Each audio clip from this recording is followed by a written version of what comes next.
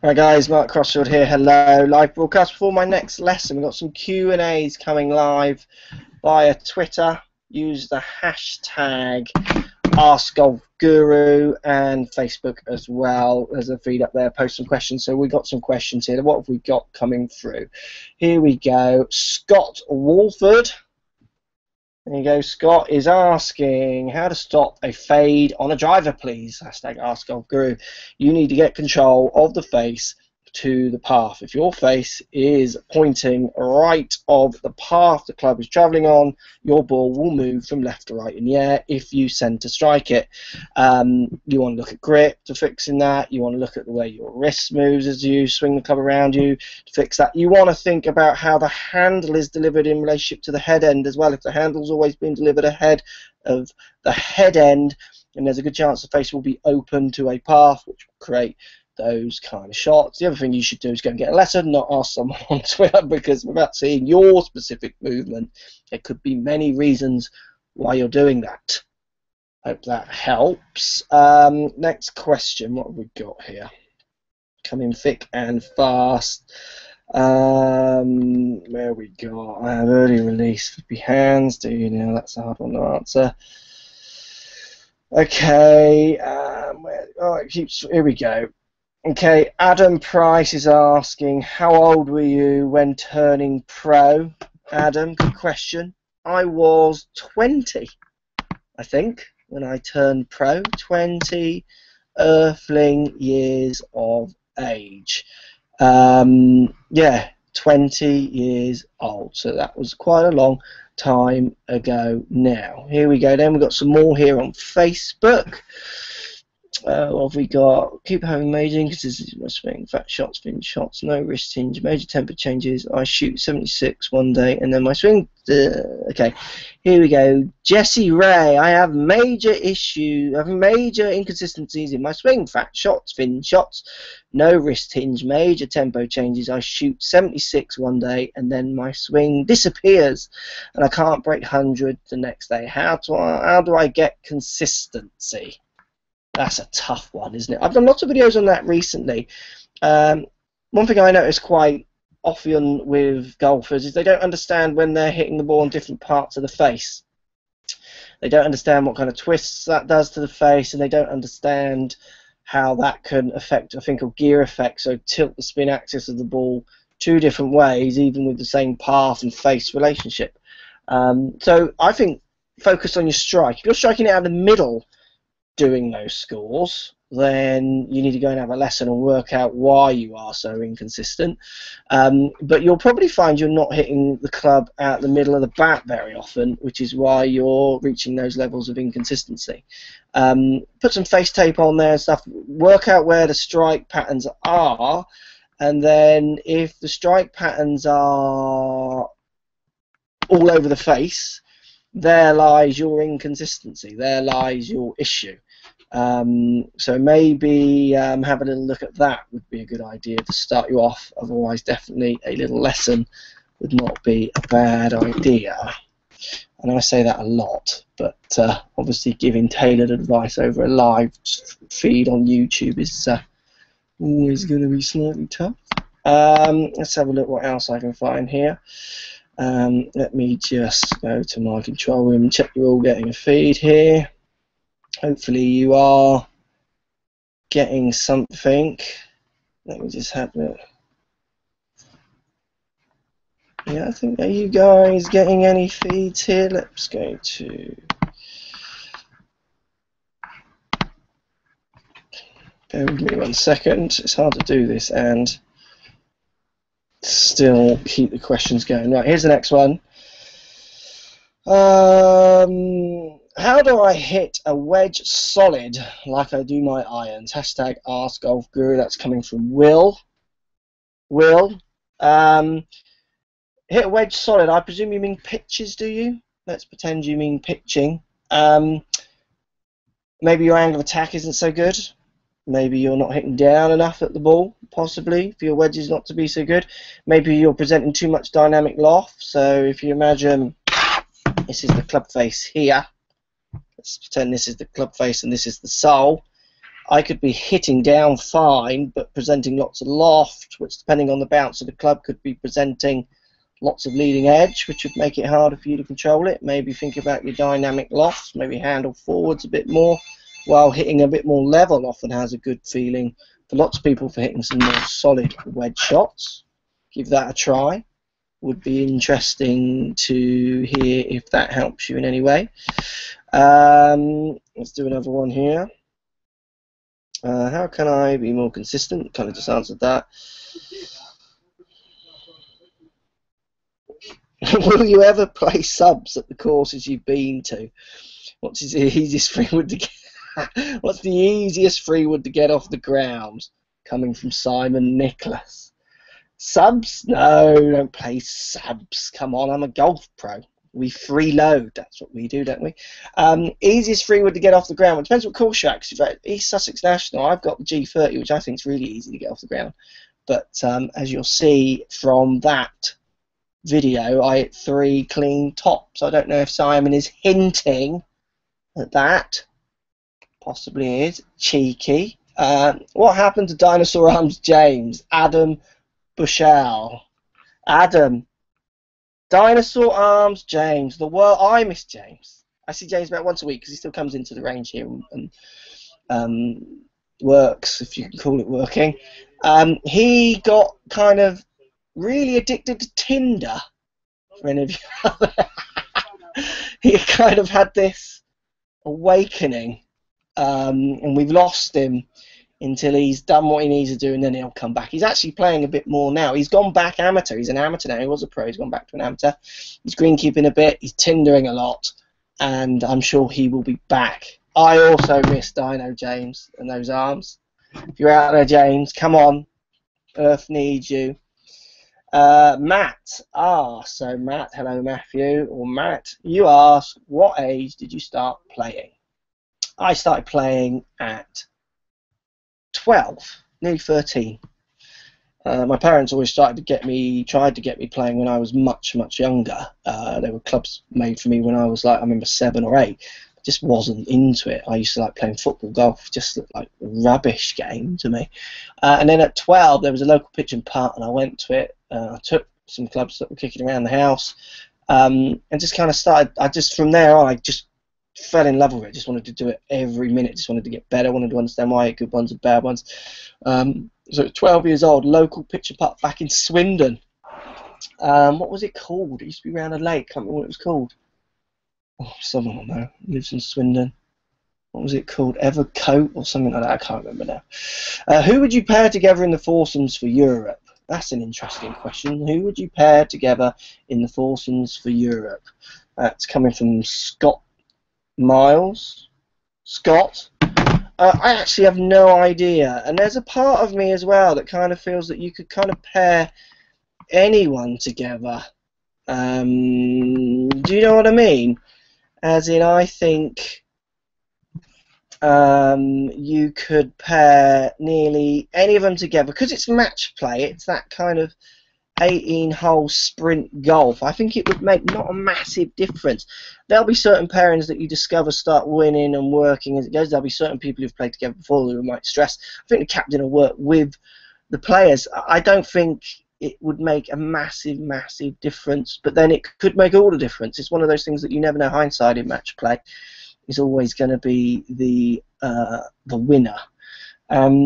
You got to remember with match play, guys, it's sprint golf. I mean, I've played match play in big things, amateur events when I used to play match play, and I've been stuffed by people I should beat easily, who would never beat me in like kind of 18 holes or 72 holes, 36 hole tournaments, medal. But then I've beaten players who have won some of the best amateur events. Over 18 holes, you make 4 or 5 birdies and they don't, you're winning. Sometimes you make 2 birdies and they don't. You know what I mean? I mean, there's great examples of Ryder Cup matches where, one guy shot 6 under and the other guy shot 7 under and you've lost.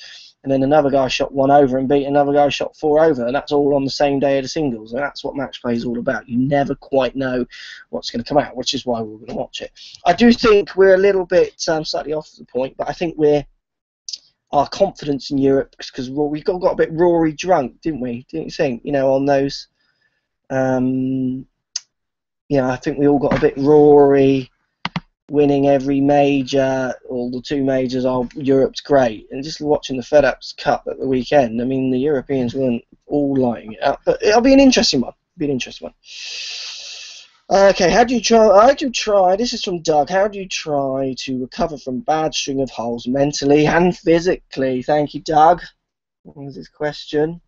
You got to play one shot at a time, cliche. You've got to try and dump that information out, cliche. I actually, and this, you've got to find something that works for you. I use a system, call it a system, called Nothing Matters. I tend to try and let it go, so as in try and just feel like, now today doesn't matter, you know, I've had bad holes, I might be out of contention, let's just try and enjoy the last few holes. I kind of try and just let all emotions go, hashtag nothing matters. And sometimes that gets me either angry enough because I'm disappointed that the day's gone, it gets me riled back up, or sometimes it gets me relaxed enough to then go out and play in a different frame of mind, which also changes it. It's about, for me, it's about trying to change it. When something's going wrong over a period of, you've got to try and do something to try and just change what's happening, just try and flip it on its head, and whatever mental trigger you use, I'd use it. And what have we got here?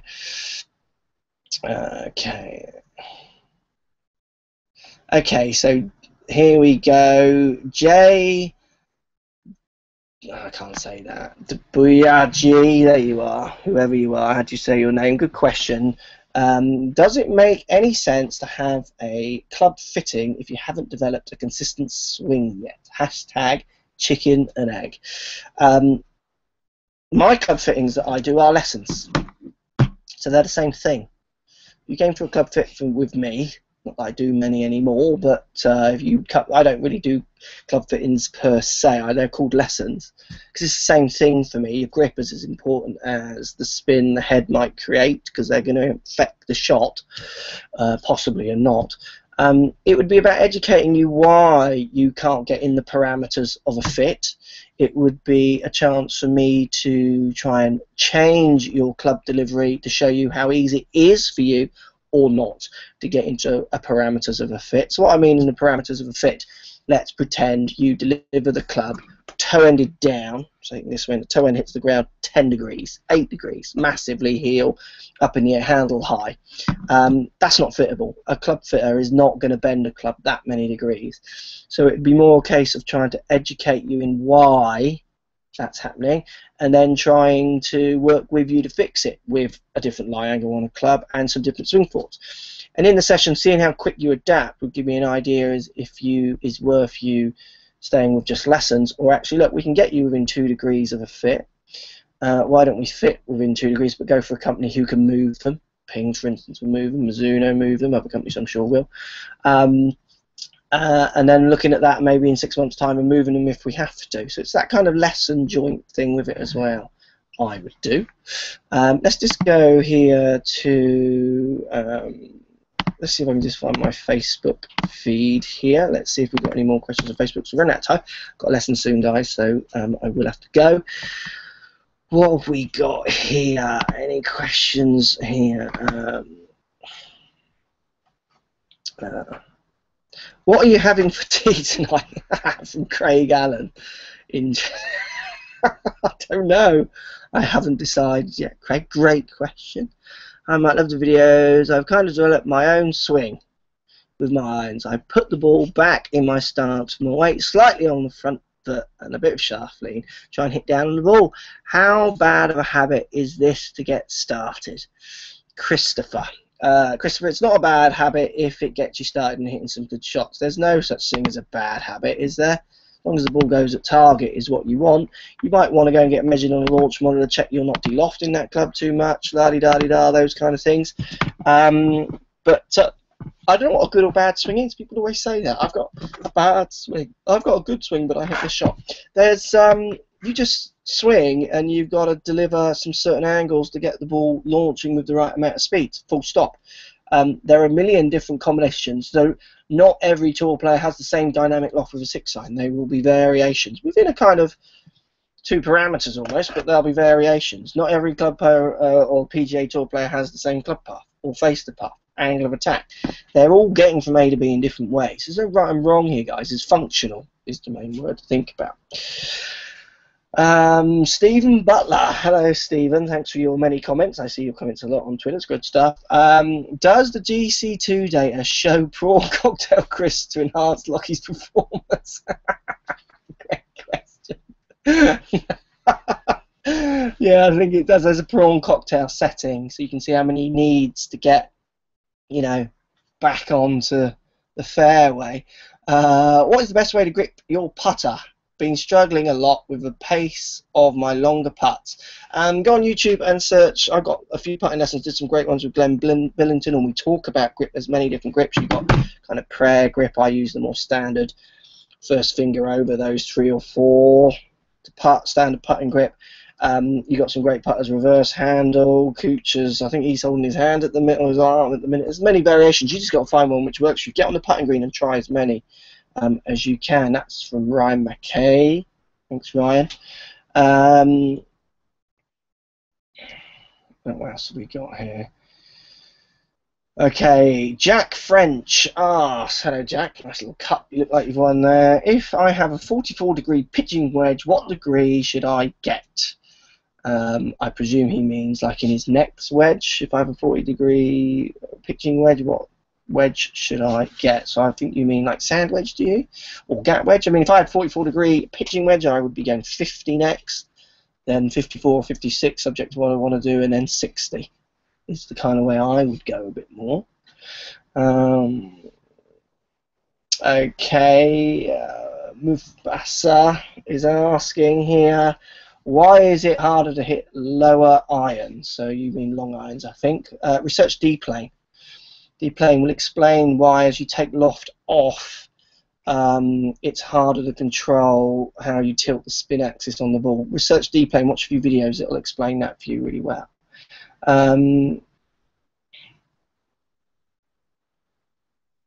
Is the shape of the shot controlled by path? This is Oliver Sandberg. Is the shape of the shot controlled by path or impact? Oliver asks. Thanks, Oliver. It's controlled by the face to path. If we take centered strike, let's go centered strike. Where this sits in relationship to path, so it's closed to the path, it will tend to have curvature to the left as a right-handed player. If it's open to the path, curve to the right as a right-handed player, centered strike. Strikes can influence shape of shot as well, but face to path, you want to research a bit of face to path stuff. Watch a few modern videos from some good pros. I've done loads, and other pros have done good ones about shaping shots. You'll learn a bit more about that. What else have we got here? What do you enjoy more, playing golf or coaching? From Jack Newman. Thanks, Jack. Good question. I enjoy both, actually. Really enjoy coaching. I really enjoy coaching at the minute because it seems very easy to coach with the technology that I use, and the many other people who aren't using that technology maybe giving their advice to some of the students as well as I think they could.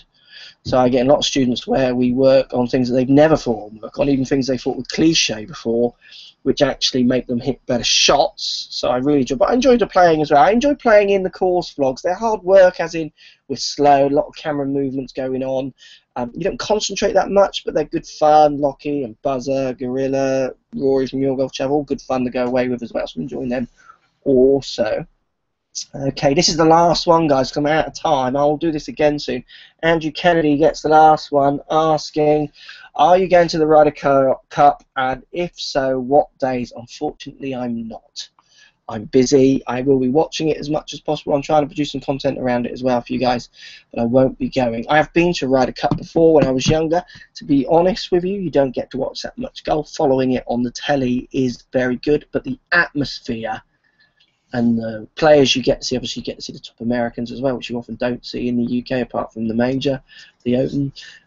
It's a great opportunity to see some of the biggest names competing, but it's quite hard to get to see much golf because there is not much golf in each day. If you imagine a normal European Tour event has, say, I don't know, 80 groups going through, whatever it is, just lots of players going through, over 100 players if you like going through. But Ryder Cups, you're only going to get, what, 20 players, 24 players, that kind of thing, you know, going through. So it's not, there's a lot of people and not that much golf, but the atmosphere is fantastic. Thanks, guys. That's a live feed. I will be doing more of these. Hope it helps, gives you a few answers. Thanks for all the questions you've been posting. I'm sure I haven't got posted hardly anywhere. Enough of them there, but I'd love to do more, and I will do more of these. Speak to you soon. Thanks for watching.